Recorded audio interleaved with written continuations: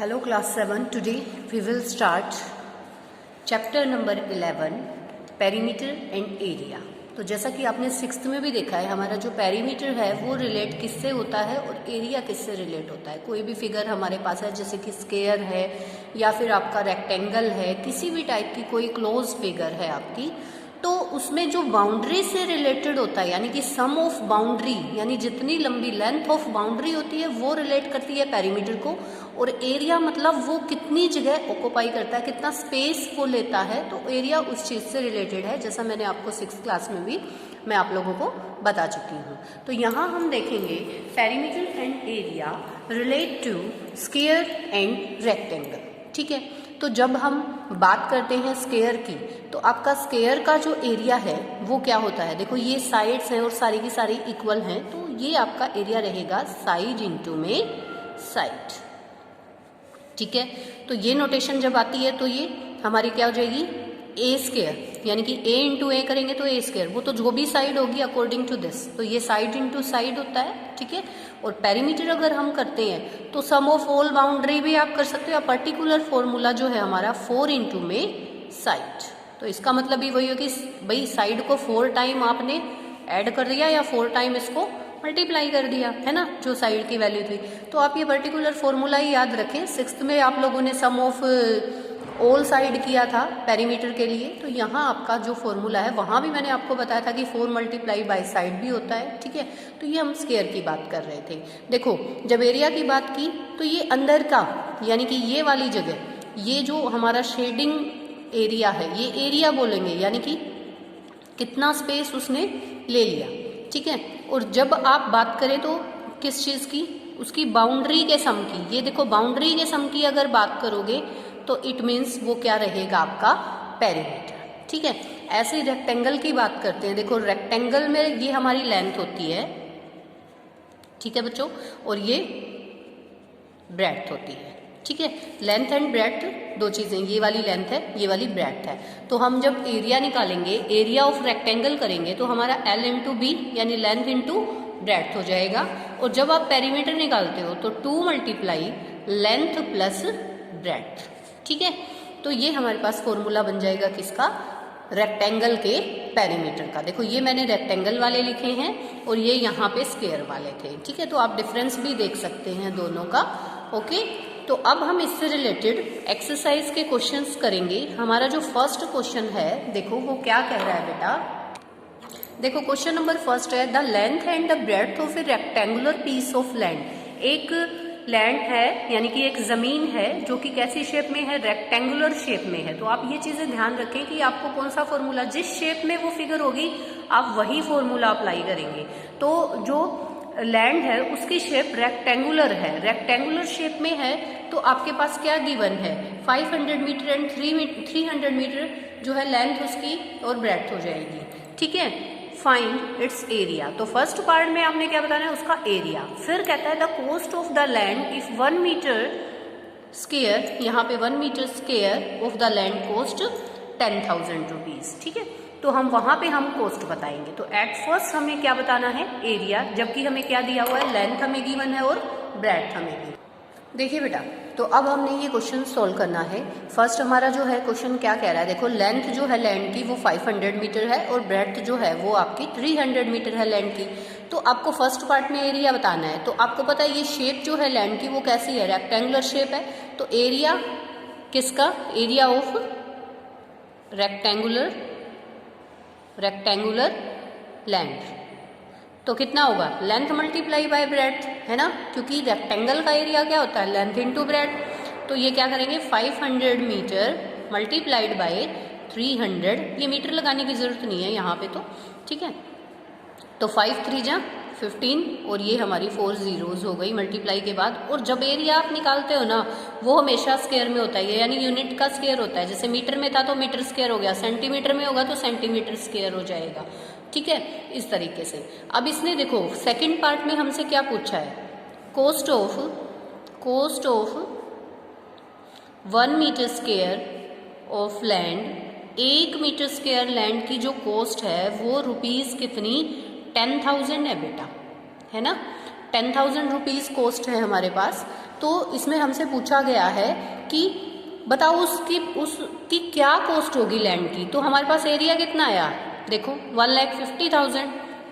So cost of 1,50,000 metre square land कितनी हो जाएगी, यानी जो 1 मीटर की थी 10,000, उससे हम इसको मल्टीप्लाई कर देंगे 1,50,000 को। तो देखो क्या हमारे पास आ जाएगा, देखो 15 1 जा तो 15 ही हो गया, और यहाँ हमारे पास जो है कितनी जीरोज आ जाएंगी, देखो 4 जीरोज ये हैं और 4 ये हैं, 8 हो गई। ठीक है, तो इस तरीके से हमारे पास ये कॉस्ट आ जाएगी।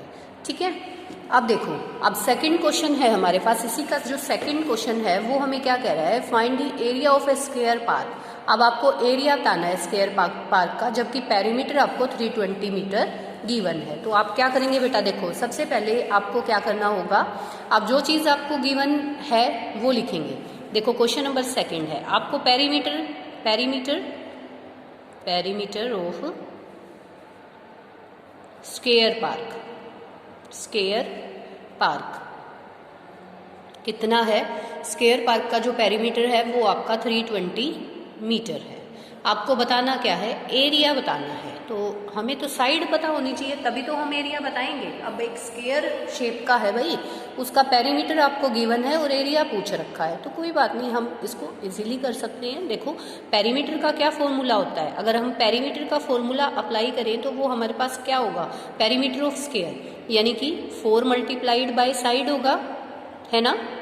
ये 320 गिवन है, तो यहाँ से देखो हम साइड की वैल्यू निकाल सकते हैं। साइड जो है 320 डिवाइडेड बाय 4, 4 1 जा 4 8 जा, इसको सिंपलेस्ट में लाएंगे, यानी कि 80 मीटर जो है आपके पास साइड आ गई उसकी। ठीक है, 80 मीटर साइड आ गई। अब साइड आने के बाद में तो एरिया निकालना बहुत ही ईजी है। एरिया क्या रहेगा बेटा, एरिया जो है हमारा, area of square side into side multiplied by side रहेगा।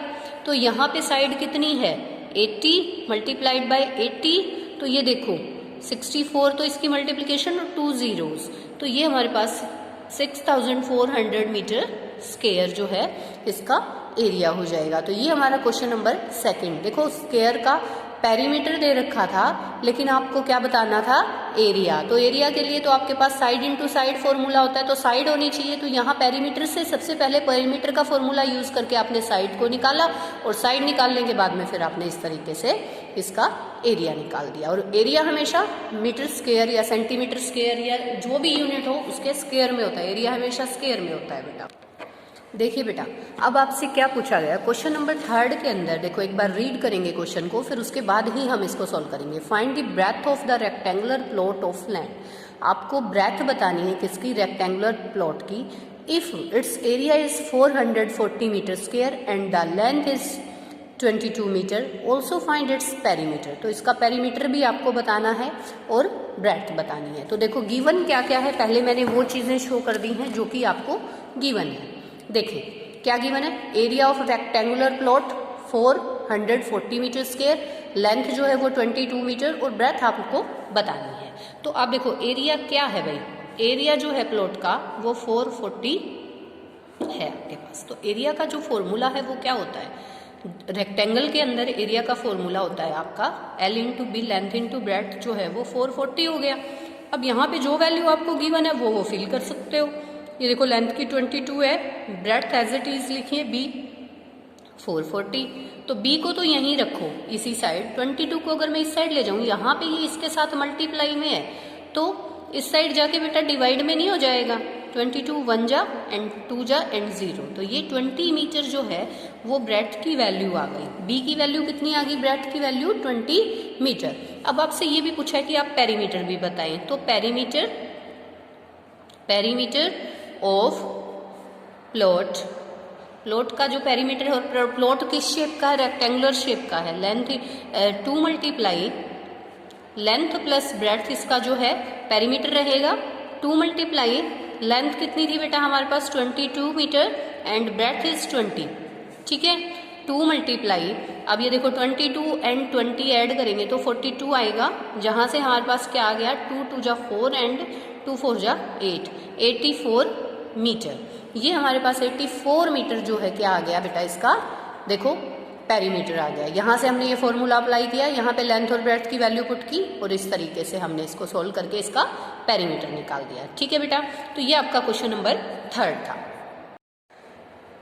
Now come to question number 4। Question number 4 क्या है बेटा, देखो the perimeter of rectangular sheet is, अब पेरीमीटर गिवन है रेक्टेंगुलर शीट का 100 centimetre. If the length is 35, length दे रखी है, find its breadth and also find the area. अब आप एक चीज देखें, यहाँ पे आपको एरिया दे रखा था और लेंथ दे रखी थी, आपसे क्या पूछा गया था, ब्रेड्थ पूछा गया था, है ना, और फिर पेरीमीटर। तो 4th क्वेश्चन में देखो the perimeter of rectangular sheet is 100 centimetre, यहाँ पे पेरीमीटर गिवन है, पेरीमीटर गिवन है यानी कि रेक्टेंगुलर शीट है 2 इंटू एल प्लस बी की वैल्यू गिवन है और एल गिवन है और इसकी ब्रेड्थ पूछ रखी है। तो इजीली हम लोग वेरिएबल सेपरेबल करके यानी कि लेफ्ट हैंड साइड और राइट हैंड साइड के जो है ट्रांसफर करके हम निकाल सकते हैं ब्रेड्थ की वैल्यू। ये क्वेश्चन आप खुद से करके देखेंगे, बिल्कुल इसी की तरह है। इसमें आपको एरिया गिवन था, यहाँ पे आपको क्या गिवन है, पेरीमीटर गिवन है। तो ये क्वेश्चन आप खुद से ट्राई करेंगे, ठीक है, और ट्राई करके कमेंट बॉक्स में मुझे इसका आंसर भी देंगे, ठीक है।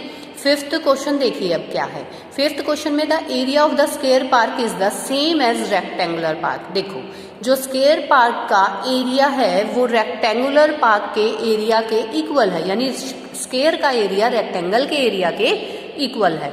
If the side of the square park is 60 metre and the length of rectangular park is 90 metre, find its breadth of the rectangular park. तो आपको बताना क्या है, रेक्टेंगुलर पार्क की ब्रेड्थ बतानी है। रेक्टेंगुलर की आपको लेंथ दे रखी है और साइड ऑफ स्क्वायर पार्क दे रखी है, तो यहाँ से ब्रेड्थ बतानी है। तो बहुत इजीली आप लोग बता सकते हो। सबसे पहले जो है हम रिलेट करते हैं इस क्वेश्चन को। यहाँ पे देखो बेटा, मैंने जो जो चीज़ें गिवन थी वो सभी लिख ली। देखो एरिया ऑफ स्क्वायर जो है ना वो एरिया ऑफ रेक्टेंगल के हमारे इक्वल है, सेम बोला है मतलब इक्वल है। स्क्वायर पार्क की जो साइड है वो 60 मीटर है और लेंथ ऑफ रेक्टेंगुलर की जो है वो 90 मीटर है। तो सबसे पहले एरिया ऑफ स्क्वायर कितना होता है, एरिया ऑफ स्क्वायर, स्क्वायर का एरिया जो है हमारे पास हो जाएगा side multiplied by side, area of rectangle length multiply breadth, ठीक है, ये हो जाएगा। अब जो जो वैल्यू अपने पास गिवन है ना, अब ये साइड गिवन थी स्क्वायर के 60 मीटर, तो यहाँ पे 60 मल्टीप्लाइड बाय 60 और यहाँ लेंथ 90 जो है आपको गिवन है और इनटू में ब्रेड्थ गिवन नहीं है तो ब्रेड्थ को एज इट इज लिखें। अब देखो ये 90 जो है इसके नीचे अगर ये देखो यहाँ पे मल्टीप्लाई में है, अगर इसको इस साइड लेके आएंगे तो 60 मल्टीप्लाई 60 डिवाइडेड बाय 90 हो जाएगा इज इक्वल टू जो ब्रेड्थ बी की वैल्यू। तो हमसे यही तो पूछी थी कि ब्रेड्थ की वैल्यू क्या होगी। 0 से 0 कैंसिल आउट, 3 की टेबल पे करते हैं, यहाँ पे 3 यहाँ पे 2, फिर ये 3 1 जा और यहाँ से हमारे पास कितना आ जाएगा 2 जा एंड ये 0। तो ब्रेड्थ जो